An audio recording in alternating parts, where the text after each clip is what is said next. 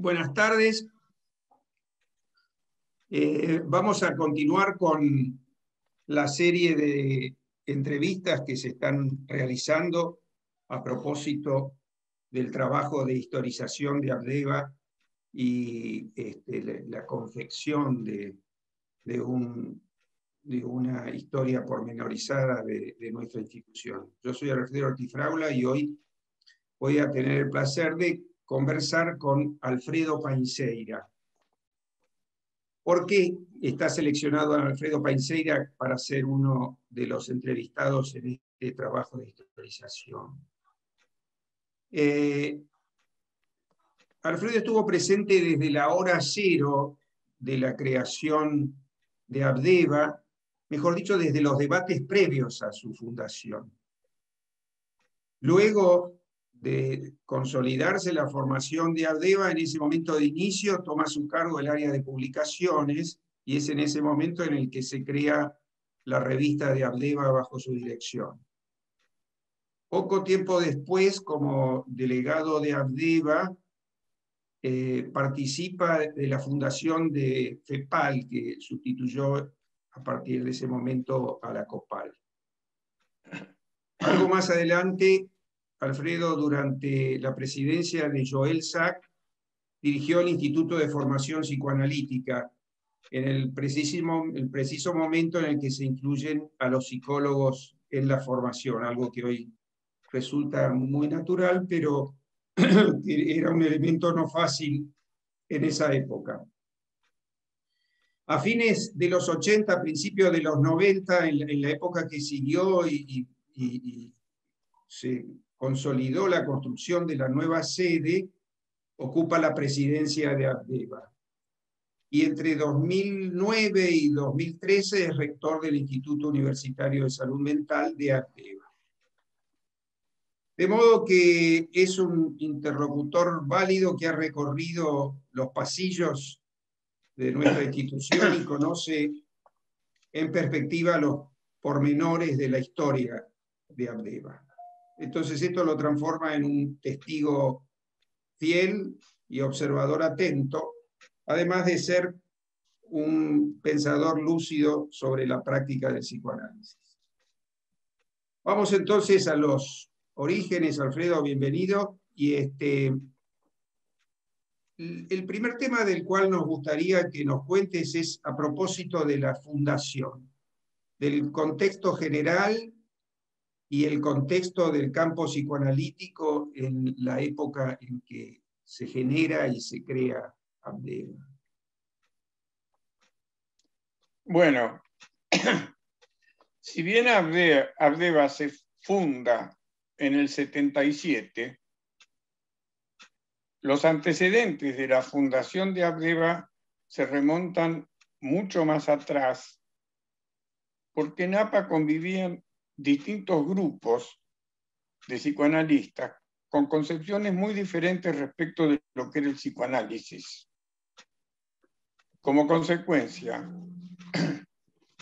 las discrepancias empezaron en una época, por ejemplo, anterior, en que un grupo de psicoanalistas se escindió. Y yo creo que es un antecedente importante, porque hubo una época que ahora nos parece muy remota, en que toda la problemática vinculada con la Guerra Fría había hecho pie en Buenos Aires.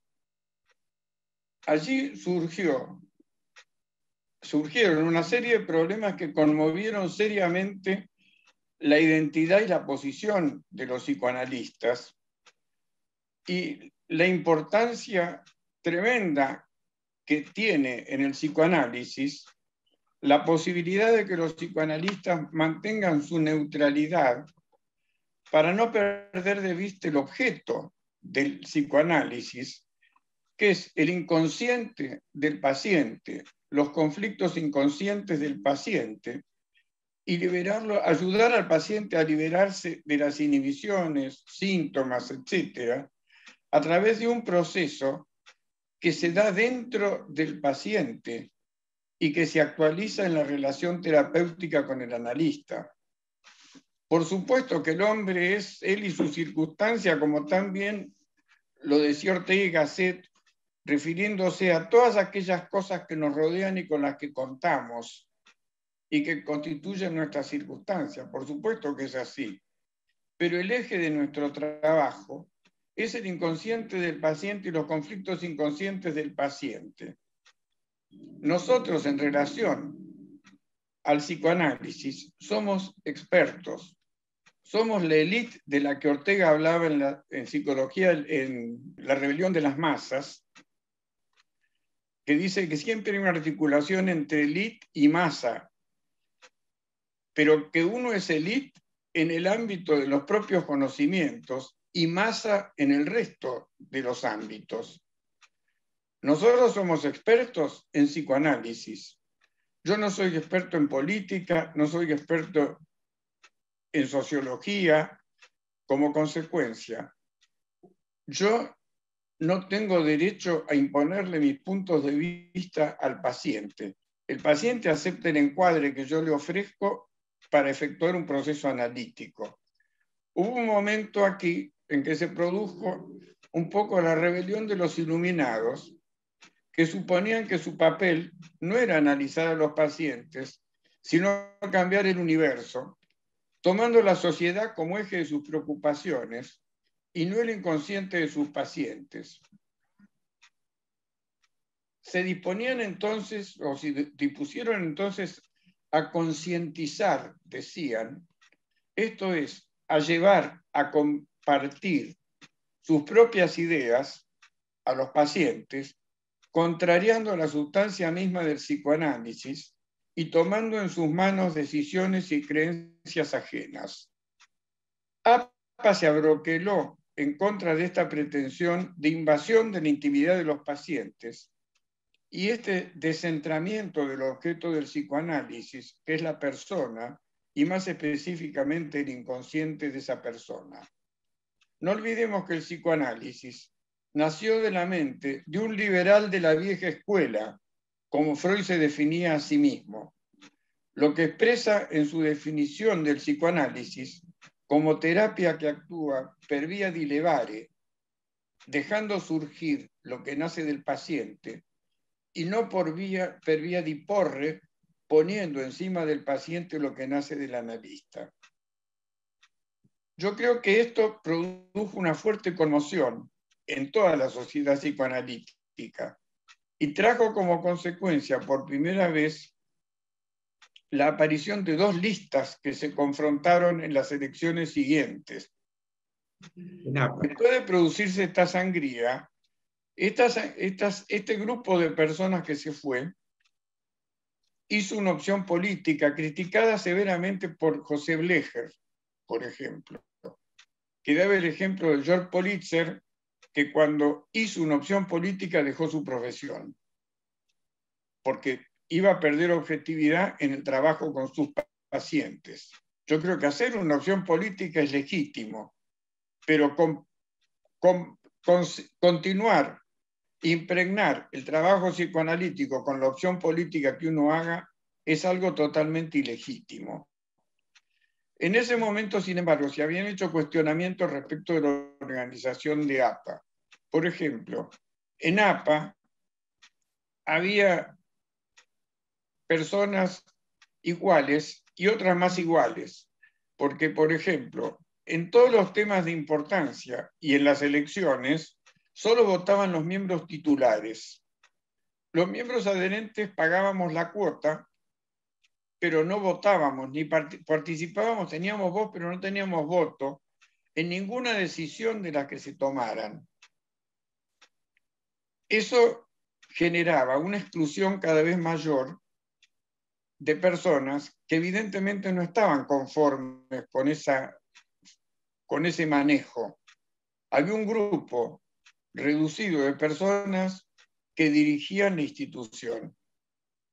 Yo en ese momento estaba transitando de adherente a titular.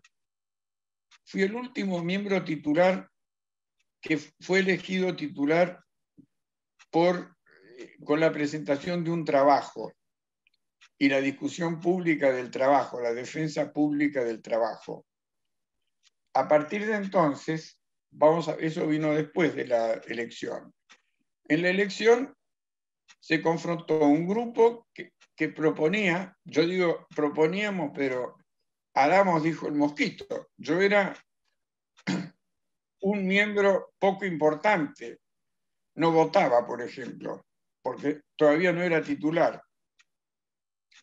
Proponíamos la presidencia de Joel Sack y la dirección de la parte de formación proponíamos a Leon Greenberg. Por el contrario,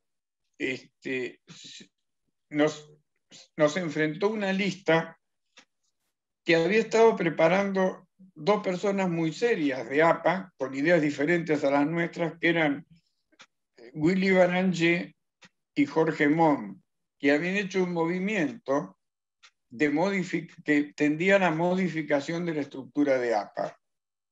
El candidato a presidente por esa lista era Jaime Spilka, y se iba a hacer cargo del instituto, se hizo cargo creo que Rubén Piedimonte, que diferían mucho, venían de lo que podíamos llamar el grupo de Arnaldo Raskowski y Garma, y diferían mucho en cuanto a la concepción del psicoanálisis y de la formación psicoanalítica de lo que nosotros pensábamos.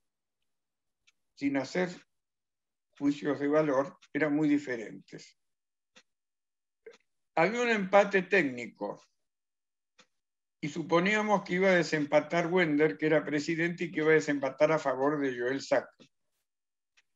Estábamos en eso, en la votación, muy confiados. Incluso había ido a votar el doctor Cárcamo, el que fue mi analista, había ido a votarlo a Sack.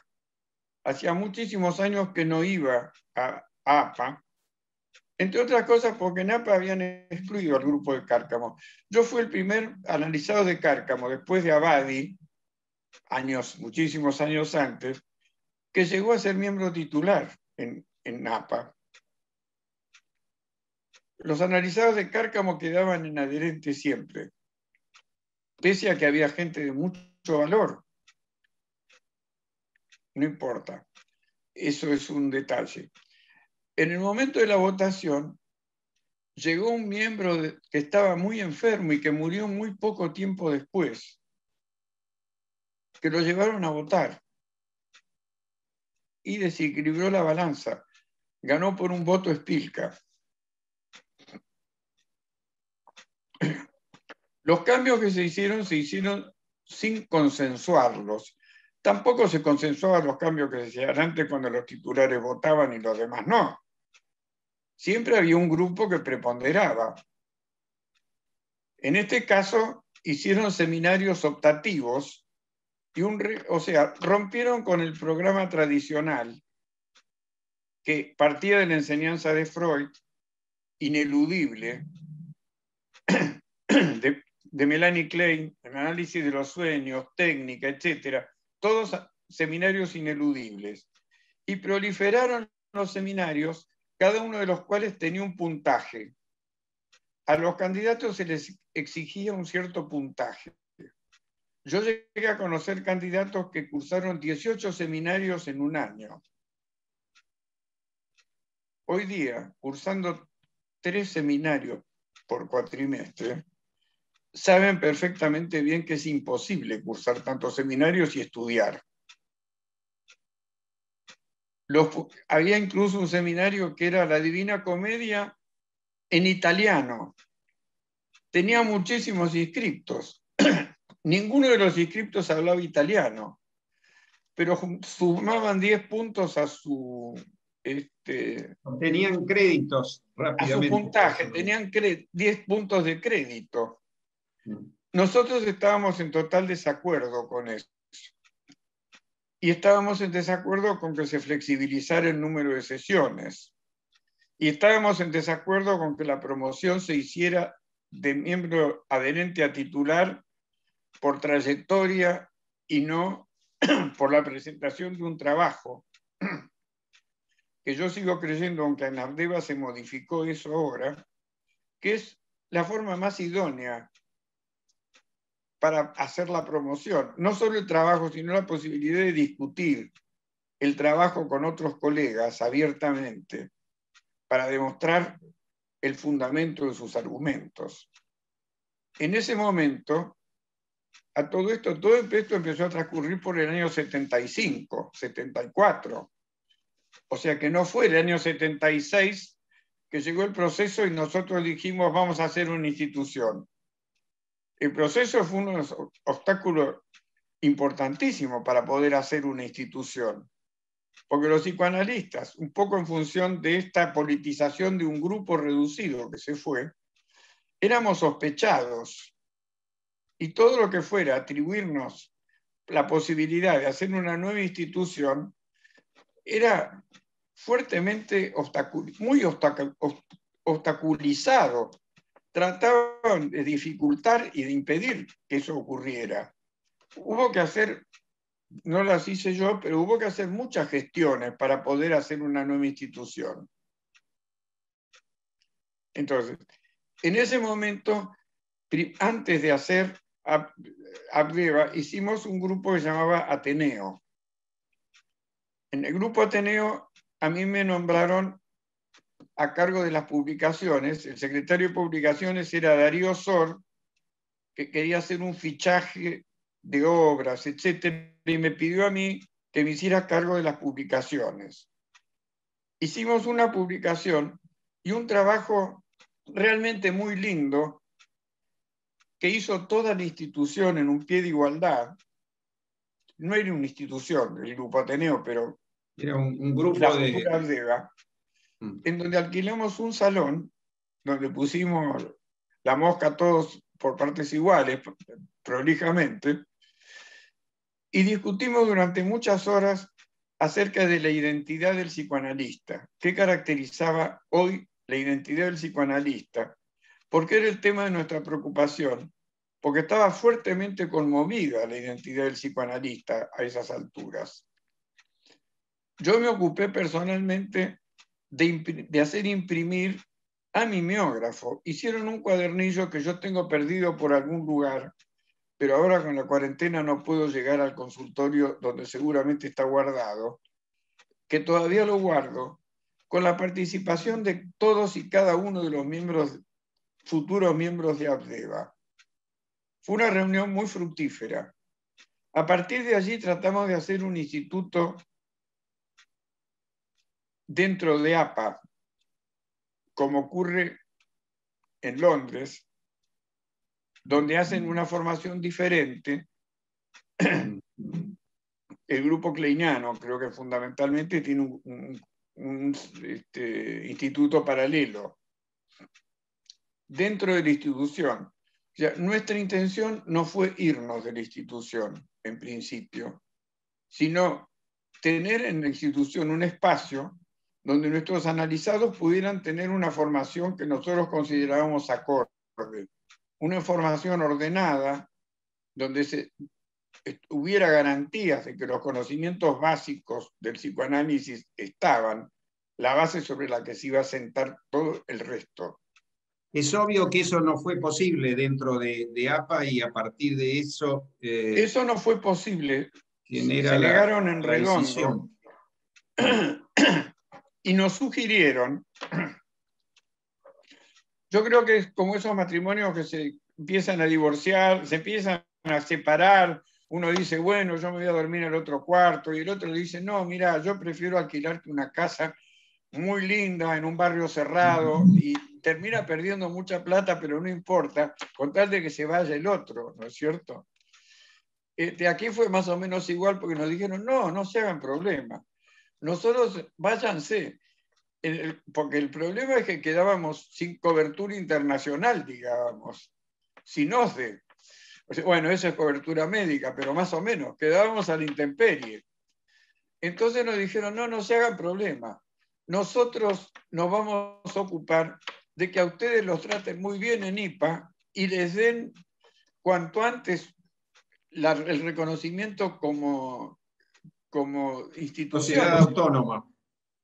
Entonces, así fue. Y en Jerusalén, los que más gestionaron para que dieran el carácter de asociación provisoria a Abdeva, que era excepcional, porque siempre pasan por un periodo de grupo de estudio con severas supervisiones. Acá nos dieron el carácter de, ¿cómo se llama?, de asociación provisoria, de sociedad provisoria, de una, saltando un escalón. Porque el APA peso, nos ayudó muchísimo. Hicieron el, gestiones enormes para que nos fuéramos de una vez. se ve, supongo también que el peso de los participantes de ese grupo debe haber influido para que en IPA eso se facilitara, ¿no? Sí. Ahora, esto nos está llevando a una cosa que sería una siguiente pregunta también, Alfredo, que aunque nos lleva de un salto a la época actual, de todas maneras vale la pena en este momento, que sería si hay, ¿cómo ves vos la distancia entre aquel proyecto fundacional original, si es que lo podemos llamar así, porque también fue un derivado de la coyuntura, ¿sí?, y la situación actual, la Abdeva de hoy? Bueno, no, lo único que te quería agregar es que nosotros, como los divorciados que dejan todo en un gesto de así me voy, nos fuimos, pero nos quedamos sin casa y sin biblioteca. En ese momento hacemos nuestra primera elección y a mí me eligen director de publicaciones y biblioteca. O sea, era un oreje sordo mi puesto, porque no había ni publicaciones ni biblioteca. Como soy un gallego testarudo, en un año y algo fundamos la revista. Y en esos primeros 2 años, por una gestión que hizo Julián Smolensky de La Rosa, que fue una enorme pérdida de Abdeva en su momento, a quien yo tenía mucho respeto y mucho cariño a Juliana. Juliana se contactó con la viuda de Dalma, que era un hombre sumamente culto, que era profesor de psiquiatría en Tucumán y que se había muerto. Y nosotros compramos toda la biblioteca de Dalma, así que de la noche a la mañana tuvimos biblioteca y revista. Yo nunca hice marketing con esas cosas, porque me parece que cuando uno cumple una función, tiene una función pública, es para servir a los demás y no para hacer cáscara diciendo yo fundé la revista, yo hice la biblioteca. Lo hice, con que yo lo sepa basta. Los demás me van a venir a contar la historia a mí, seguramente, y bueno, que me la cuenten. La cuestión es que poco tiempo después muere Tita Infante, que era una psicoanalista, y el Gordo Infante, a quien yo conocía también de La Plata, que era un abogado, donó la biblioteca de Tita a Abdeva. Entonces teníamos libros, pero no biblioteca. Entonces una tarde lo llamé al presidente de Abdeva y le pedí autorización y nos fuimos con Maffi, Héctor Maffi, que fue un factotum en la revista, importantísimo. Nos fuimos a lo de un carpintero y compramos todas las tablas, que las trajimos en el Ford Falcon de Maffi, sobresaliendo del coche, y las bajamos. Yo ahora no lo podría hacer, ¿ves? Esa parte de la fundación no hubiera podido hacerla. Bajamos todas las tablas, compramos unas ménsulas, por suerte no las puse yo porque se hubieran caído todas las tablas, sino que contratamos un carpintero que vino y puso las ménsulas y las tablas y allí pusieron los libros. Entonces teníamos que nombrar una bibliotecaria y nombramos una bibliotecaria. Entonces, en 2 años tuvimos revista y biblioteca. Y tuvimos además, lo de la revista fue épico, porque nos ayudó mucho Simón Cárgiman, el librero de APA y Abdeva en ese momento, y su hijo, hicimos un concurso para la tapa y ganó una persona que no se llamaba William Shakespeare, pero algo así, tenía un nombre ilustre, que no lo era, por supuesto. No soy la periodista que creía que William Shakespeare acababa de morir ahora, después de 400 años de sobrevida en las cavernas, pero... Y salió la revista. ¿Cómo salió la revista? Empecé a escribir cartas a todos los plumíferos del mundo para que nos mandaran artículos. Ante mi sorpresa, Clark Winnicott, la viuda de Winnicott, me mandó todos los artículos de Winnicott no publicados y artículos de ella. Paula Heimann hizo lo mismo. Todos los psicoanalistas franceses, Naudet, etcétera, nos mandaron. Salvo un psicoanalista francés que me escribió que si quería sus artículos tenía que pagar. No le contesté porque las ofensas en idioma francés que conozco son demasiado fuertes, son pocas. Entonces, ese no figuró en los primeros números. Después aflojó. Entonces, cuando quisimos acordar, teníamos material para hacer 10 años de revistas. Y empezamos a hacer unas revistas temáticas, donde los muy buenos pensadores del mundo y americanos, todos los americanos nos mandaron Searles, nos mandó no solo revistas, sino nos mandó la oferta de que si queríamos, él venía acá a darnos algunos cursos en forma gratuita. Si le pagábamos el viaje, él venía a dar unos cursos. Él sí quería que venía y colaboraba con nosotros en esta tarea así fundacional. Eso no se aprovechó. Y cuando yo dejé la dirección de la revista, en una mudanza perdieron todos los artículos que nos habían mandado, que sirvieron igual para los primeros 4 o 5 números, en donde sí, mientras un poco más, 6 números creo, en donde pudimos publicar algunos de esos artículos, porque dejamos armada la revista a futuro. Cuando estaba muy embalado en mi papel de editor, mi bisabuelo era periodista y lo mataron en duelo por denunciar un hecho de corrupción. Figura en los libros de historia.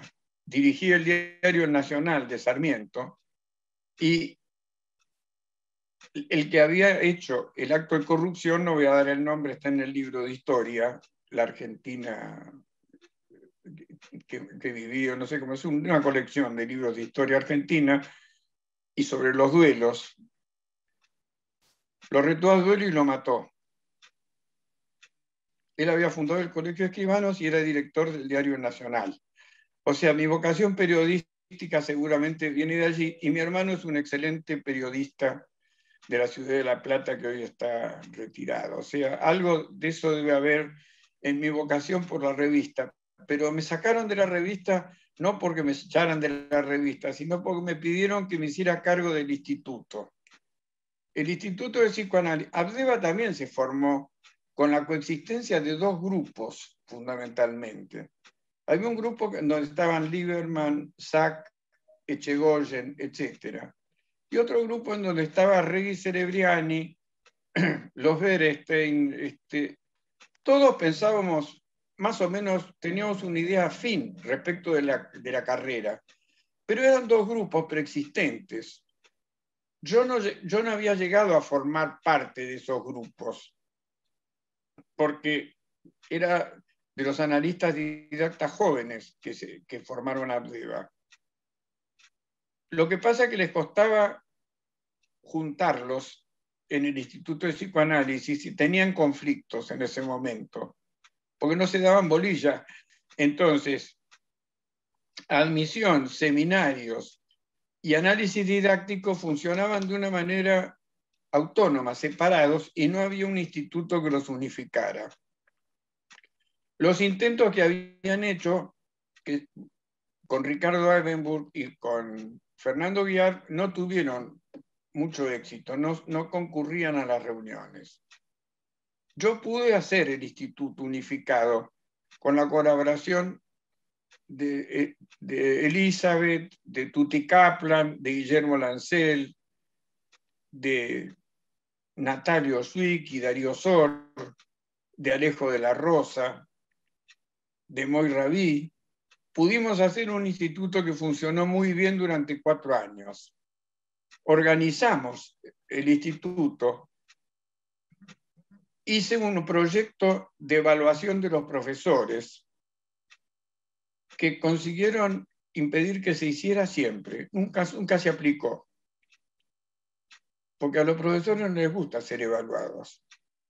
Ellos evalúan a los alumnos, pero no quieren ser evaluados.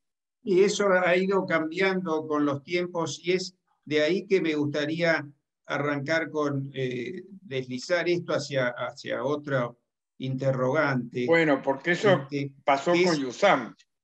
¿Qué es la comparación? Yusam, claro, cambió la cosa porque Yusam tiene que ajustarse a los cánones y a las reglas del ministerio, que da el ministerio, porque es una institución en cierta forma autónoma de Abdeva. Y Alfredo, decime, y dejando de lado un poco también ese aspecto formal que ha influido en los últimos años en la formación, pero en general, comparando la formación analítica de aquellas épocas, que inclusive elementos relativos a la formación tuvieron que ver con la decisión inicial, según lo contabas hace un ratito. ¿Qué podrías decir de cómo se ve la formación de aquella época y la de hoy en día comparándolas? ¿Qué se te ocurre a propósito de eso?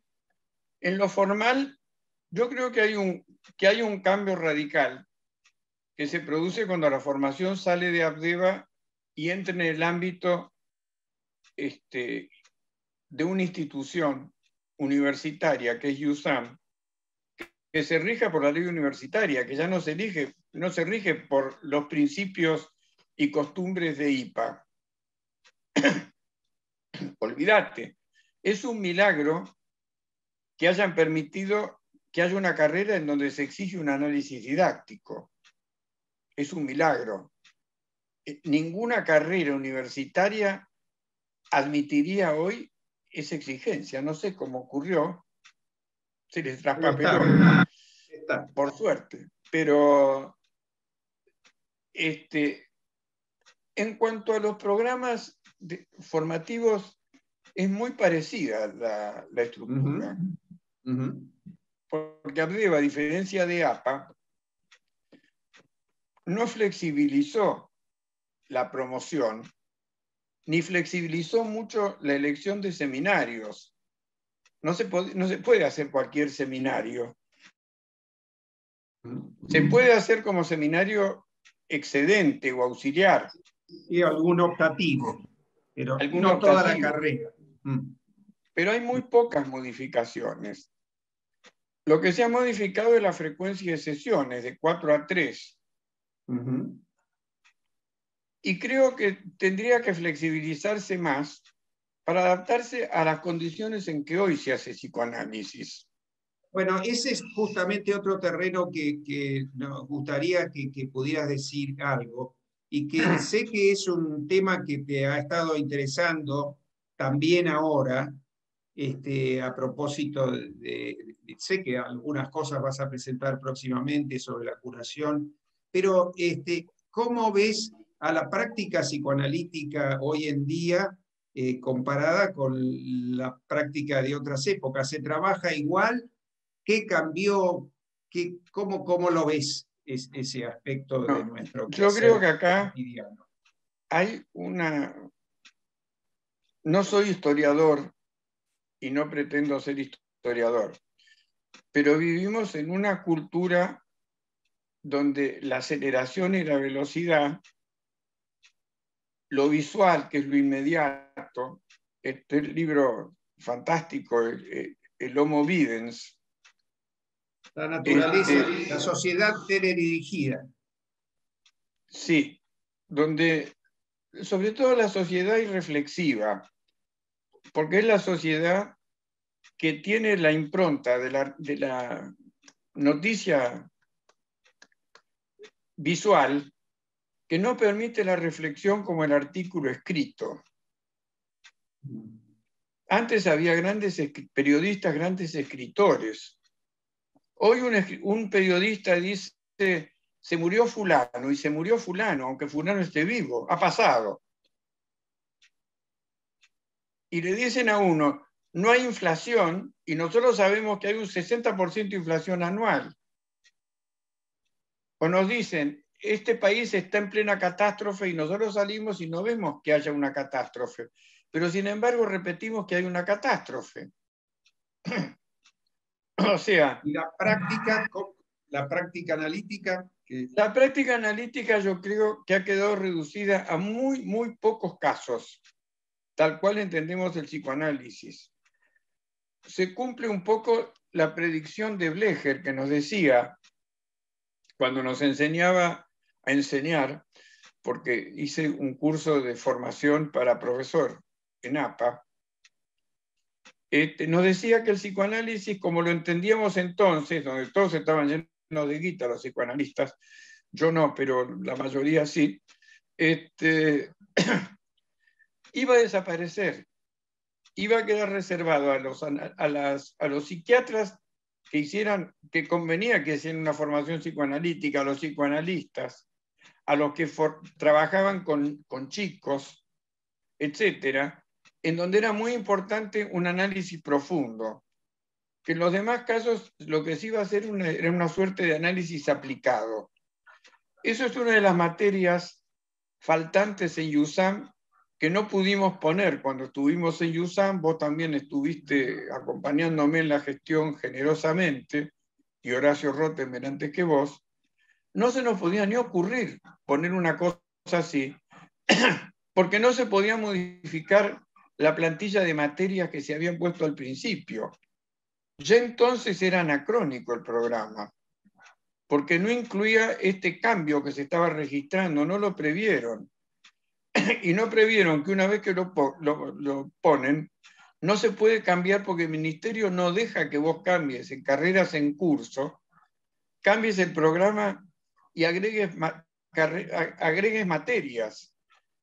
Acá tendría que haber por lo menos un año de formación con psicoterapias y supervisiones colectivas de psicoterapias que no son psicoanálisis, para ver cómo se trabaja con menos sesiones. Porque trabajar con menos sesiones exige mucha mayor destreza. Eso lo decía Cárcamo, mi ex analista, y Marcos Victoria, un célebre médico psiquiatra de las épocas de la década del 40-50, en un trabajo que hicieron sobre psicoterapia, donde ya advertían que eran muy numerosas las psicoterapias y que en las psicoterapias había que utilizar recursos, mucho más recursos que en un psicoanálisis, donde uno deja venir y correr las cosas. La gente toda viene hoy a que le resuelvan el problema ya. Piden psicofármacos. Y vuelvo a aclarar, no hay ningún psicofármaco que cure. Todos los tratamientos con psicofármacos son sintomáticos. Son necesarios muchísimas veces, pero son sintomáticos. Hay un 3% de personas que tienen lo que antes llamábamos un cuadro maníaco depresivo y que exige tratamiento con antidepresivos. La Rudinesco nos dice que en París más del 30% de la población recibe tratamiento antidepresivo. O sea que 27% le hace caso a los prospectos y le da un tratamiento antidepresivo a conflictos psicológicos que pueden resolverse con una psicoterapia. Todo eso tendríamos que enseñarle también a los alumnos de USAM. Pero lamentablemente estamos muy limitados, porque esto se podría agregar como cosa opcional, optativa, pero no se puede hacer para reemplazar materias, porque no podemos, no se puede. Bueno. ¿Cómo ves el futuro de Abdeva? Abdeva en este momento está nadando contra la corriente, porque es una institución psicoanalítica seria que le ha dado a la IPA 2 presidentes excelentes, Horacio Echegóyen y Virginia Ungar, pero que no entra.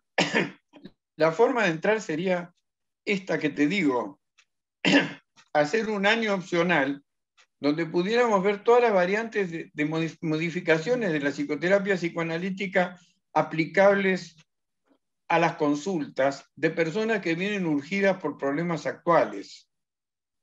Hoy día uno de los problemas es la desocupación. Yo tengo una serie de pacientes totalmente gratuitos. Los sigo atendiendo contrariamente a lo que dice el psicoanálisis, porque una persona que estaba tratándose conmigo, cuando se queda sin trabajo, es cuanto más ayuda necesita. Y es cuando el psicoanalista le dice, si no me puede pagar, se va. Yo creo que todas estas situaciones no se dan ahora muy agravado por la pandemia, no me cabe duda, pero se dan también por cómo está funcionando la sociedad, en donde lo inmediato es objeto de atención y nadie ve más allá de sus narices, no se mide más allá de eso. Como consecuencia, hay que adecuar. La teoría psicoanalítica nos da muchos elementos. Winnicott utilizaba las consultas terapéuticas, donde lograba localizar el eje del problema en chicos y darles un empujón para que siguieran y pudieran seguir evolucionando y mejoraran su situación, para que las consultas tuvieran un efecto terapéutico. Yo creo que la enseñanza de todos esos abordajes breves es necesario, no como psicoterapia breve, que son 9 sesiones de tal forma, no. Mostrar cómo hay que operar o cómo se puede operar en una psicoterapia. Yo dediqué un capítulo de uno de los libros, no voy a pasar el chivo, no les voy a decir el título, que es sobre psicoterapia. Cómo trabajar en un periodo más breve de tiempo, en condiciones atípicas, donde alguien trae un problema. Hoy consulta a la gente por un problema urgente. Y cuando ya demostró que su prepaga no le cubre la solución de ese problema porque le da un número limitado de terapia, en general con gente muy joven e inexperta. Entonces vienen a buscar ayuda y de repente el problema que tienen que resolver, lo tienen que resolver ahora. Entonces no le podemos decir, no, espere, no cambie de trabajo hasta que no lo analicemos bien. ¿Y cuándo va a ser? Y 2 o 3 años. No, 2 o 3 años sigo hombreando bolsas. No da. Alfredo, y estas cosas que vos estás mencionando, por cierto que no son exclusivas de nuestro medio, sino que ocurren en todo el planeta, ¿no? Sí, sí. Por supuesto que nosotros le ponemos nuestro toque y nuestro estilo particular. Pero yo quería ir cerrando esta conversación tomando un elemento que vos mencionaste recién un poco al pasar, pero que por algo lo subrayaste, que es el hecho de que Abdeva es una de las pocas sociedades del mundo, por supuesto la única del hemisferio sur, que se ha dado el lujo de tener 2 presidentes en la IPA, ¿no? Horacio Echegóyen y Virginia Ungar constituyen un pivote, una señal de la inserción de Abdeva en el contexto internacional del psicoanálisis y de la IPA y del movimiento psicoanalítico internacional. ¿Cómo vos percibiste algunas cosas que tienen que ver con esto? Porque desde el inicio tuviste mucha relación con Horacio Echegóyen, con la creación de Abdeva, con la creación de FEPAL.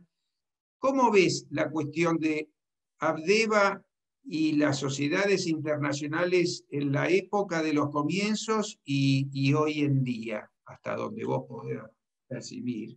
Bueno, no. Pues puedo hablar de la época de los comienzos. Hoy en día no sé. Bueno, que sea de los Yo creo que comienzos. en la época de los comienzos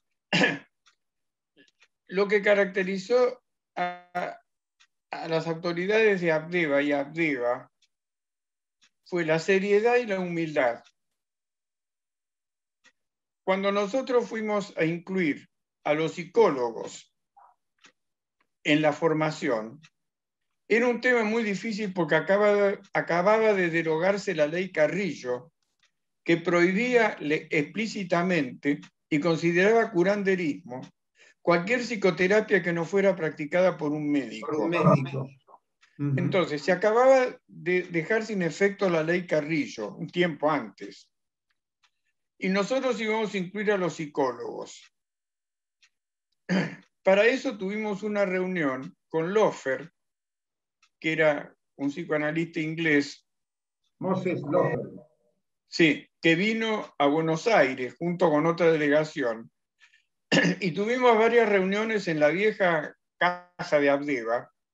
Tuvimos varias reuniones, 2 reuniones prolongadas, para ver cómo le parecía más prudente la inclusión y la selección. Nos generó algunos problemas, porque, por ejemplo, en Londres no hay título de psicólogo. El título de psicólogo se forma por la articulación de muchas carreras. Y hubo una persona que venía de Londres con una formación que allá lo podrían considerar psicólogo, pero acá no podíamos. Fue muy dificultoso el tema porque el problema es que cuando topa uno con la ley, deja de depender de la voluntad. Yo creo que tenía una formación excelente y que podía haber entrado, por supuesto, pero la ley no lo permitía. Bueno, eso es un tema. O sea que tuvimos siempre una actitud de diálogo. Escuchamos, opinamos y escuchamos. Tuvimos una actitud dialogante siempre con lo mismo que cuando organizamos el Congreso, cuando fui presidente de Abdeva, me tocaron 2 temas tremendos. Uno, pagar, la casa se había hecho, pero no se había pagado en su mayoría. En su mayoría, como la deuda externa, entonces y siempre, se pateó para adelante. Para adelante estaba yo. Una mañana me enteré que debíamos una cantidad muy grande y que además, como era una institución sin fines de lucro, el que respondía con sus bienes y no pagaban era el presidente. Nunca le dije a mi mujer que podía irse a vivir a un caño en cualquier momento porque me hubiera costado muy caro. Entonces nos dedicamos a ver cómo financiábamos todo. Primero achicamos todos los gastos nuestros sin modificar los sueldos de los empleados. Eso es importante. Lo primero que hice fue, la comisión directiva se pagaba su comida y comprábamos tartas a la vuelta y cada uno pagaba su parte. La tarta y la Coca-Cola la pagábamos nosotros. Me negué a que me pagaran los viajes. No viajé porque no tenía plata, porque justo fue la hiperinflación y no tenía yo recursos, no fui. Habían votado que tenían que pagarme el viaje y el hotel. Y contrariamente a lo que la gente supone, pese a que mi ideología no es una ideología baratera, yo privilegié el sueldo de los empleados que estaban al límite con la hiperinflación y no que me pagaran un viaje a mí. De ninguna manera acepté que me pagaran el viaje. Y los viajes que tuve que hacer después me los pagué yo. Yo creo que uno debe predicar con el ejemplo, aunque eso no sirva demasiado. Pudimos pagar la deuda gracias a la gestión del tesorero de entonces, que era Baruta, que después desapareció de Abdeva lamentablemente, que es una excelentísima persona, cuyo padre, que era contador, nos dijo, contrariamente a lo que me presionaba la presidenta anterior, no hagan plazos fijos, compren dólares porque van a tener que pagar dólares. Si hacen plazos fijos son locos. Gracias a eso pagamos. Y nos faltaba un pico. Ese pico se pagaba si cada miembro de Audeva ponía $100. En el momento de la hiperinflación de Alfonsín, la cesión podía valer $1. O sea que pedirle $100 a los miembros de Audeva era tremendo. Me acuerdo de esa asamblea en donde antes de hacer la votación, donde fueron todos los miembros de Audeva salvo 2 o 3 personas,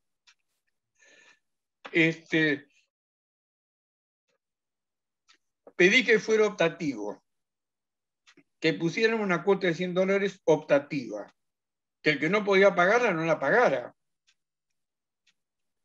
Por unanimidad votaron y todos pagaron, salvo una persona que pese a que yo había puesto que fuera optativo, que me escribió una carta insultante. No voy a decir las cosas que me decía, porque aludía a mi condición personal, mi origen galaico, etc. Insultándome, me decía que no iba a pagar los $100, porque además la presidenta anterior le debía a ella $50.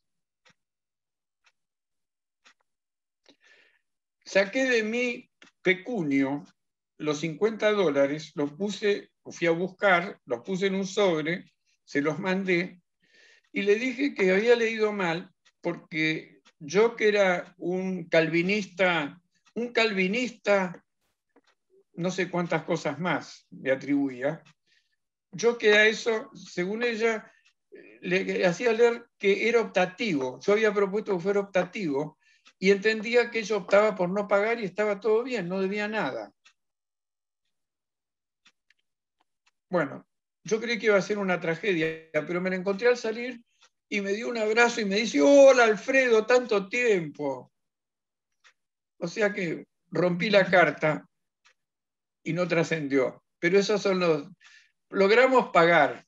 Y logramos pagar también el Congreso del año 90, que fue un congreso espléndido que se hizo en la Argentina, en donde eligieron a Chegoyen presidente de IPA.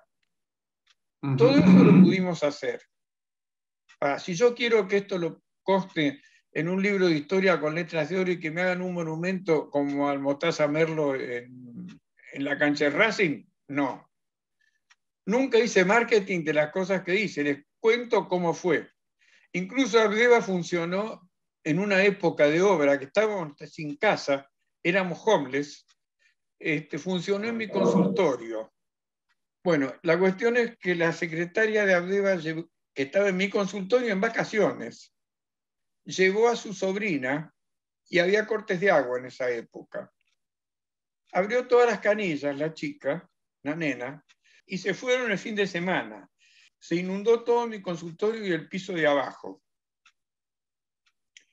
En el piso de abajo vivía la que después fue una muy buena amiga mía, Reina Benamú, a quien quiero muchísimo, que vivía allí, que volvía de vacaciones y se iba a encontrar la casa inundada porque no había dejado llave.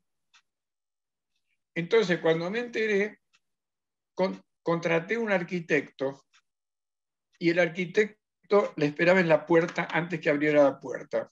Le dijo: mire señora, hubo una inundación, qué sé yo qué cosa, el doctor Painzaina me manda, va a pagar todos los gastos de reparación.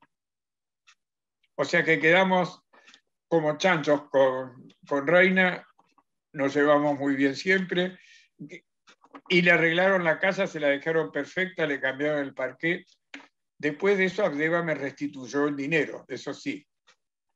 Pero son las anécdotas menudas que uno le alegran también la vida cuando las recuerda. También las dificultades para pagar, etcétera, etcétera, cuando uno las recuerda retroactivamente le hacen gracia. En ese momento no son graciosas. Sufren.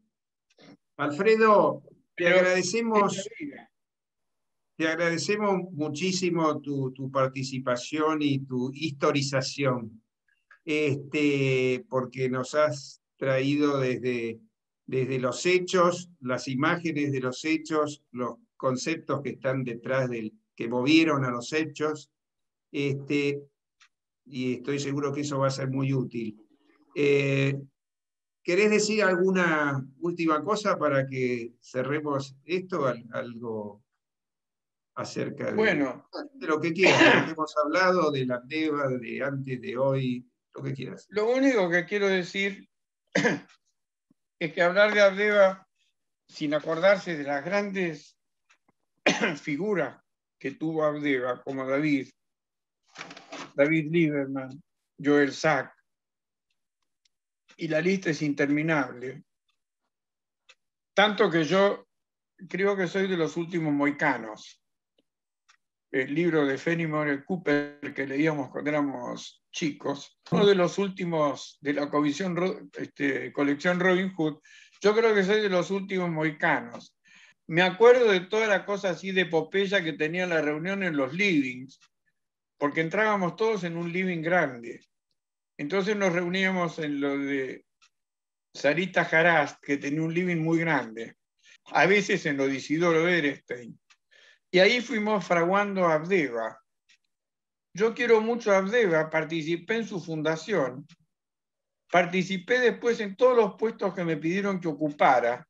Nunca hice fuerza para ocupar ningún puesto, ni pude a los codazos para ocupar ningún lugar. En todos los casos me pidieron que ocupara esos puestos, y en los puestos selectivos los gané en una elección. O sea que en ningún momento me regalaron nada, ni yo aspiré a ocupar ningún cargo.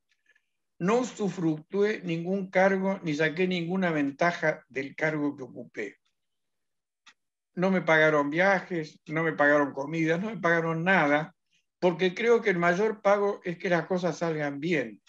Y el haber podido hacer una institución como Abdeva, que hoy día está luchando frente a una sociedad inmediatista, no solo en Argentina, es un proceso mucho mayor, que hace que el psicoanálisis, que exige la profundización, la reflexión, el encontrarse con uno mismo, etcétera, pierda puntos, pese a que creo que es una de las disciplinas más valiosas. Pero tenemos que participar de este diálogo hermenéutico, como decía Paul Ricoeur, con otras orientaciones, dialogar más con otras orientaciones, cambiar más figuritas. No me arrepiento nada. Si de algo me arrepiento es no haber hecho mejor las cosas de lo que las hice. Hice lo que pude en cada uno de los cargos que ocupé. Así que quiero mucho a Abdeva, le tengo mucho cariño a los miembros de Abdeva de entonces y a los sobrevivientes, y a los que conozco. Me siento muy cómodo, me siento en Abdeva como en mi casa. Podría decir lo que decía Troilo en su romance A mi barrio. Troilo decía, dicen que me fui del barrio. ¿Cuándo? Si siempre estoy llegando. Alfredo, muchísimas gracias. Como lo anticipé al principio, interlocutor y relator fiel de lo sucedido. Gracias por todo. Chao.